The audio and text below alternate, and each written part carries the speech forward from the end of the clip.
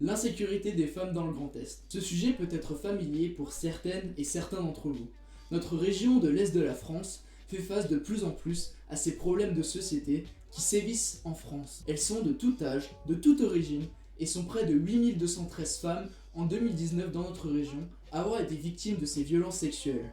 Cependant, ces femmes sont de plus en plus nombreuses. En 2019, elles sont 10,8% de plus qu'en 2018, avec entre 2,9 et 4,7 cas pour 1000 habitants dans notre région le Grand Est. À travers un témoignage, nous allons vous montrer cette triste réalité. Un reportage signé Alexis Vénère et Félix Lambert.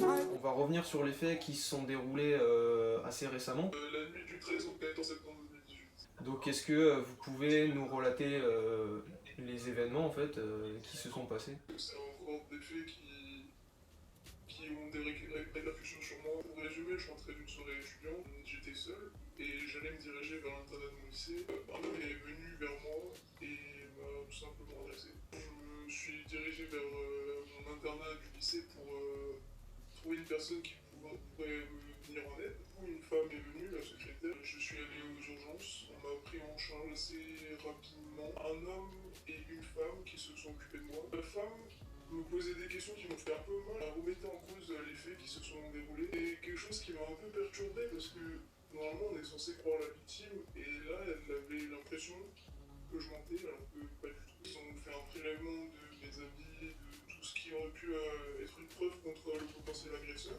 Voilà, ça s'est déroulé en une journée et j'ai porté plainte contre la personne en question. Comment vous sentez-vous aujourd'hui après cette agression? Est-ce que vous avez des séquelles, des traumatismes? J'ai toujours des séquelles de ce qui s'est passé. C'est quelque chose que j'avais effacé totalement de sa tête. Bien sûr, je fais un maximum d'efforts pour oublier ce qui s'est passé, mais j'aurai toujours une blessure en moi qui ne peut pas s'en aller. C'est très compliqué au quotidien, mais je dirais qu'avec le temps, ça s'améliore un petit peu. Est-ce que vous auriez un conseil à donner aux filles qui peuvent potentiellement se faire agresser? L'émotion des hommes vis-à-vis de la femme, on se pose pas vraiment la question de comment on va s'habiller, pourquoi je dois m'habiller comme ça par rapport à la société, par rapport à l'homme. C'est pas aux femmes d'être restreint à s'habiller d'une telle manière pour ne pas des toucher à la femme. Pour moi, la femme n'a pas à être éduquée, c'est à l'homme et aux parents de faire en sorte que leur fils ne fasse pas ce genre de choses comme il a pu m'arriver.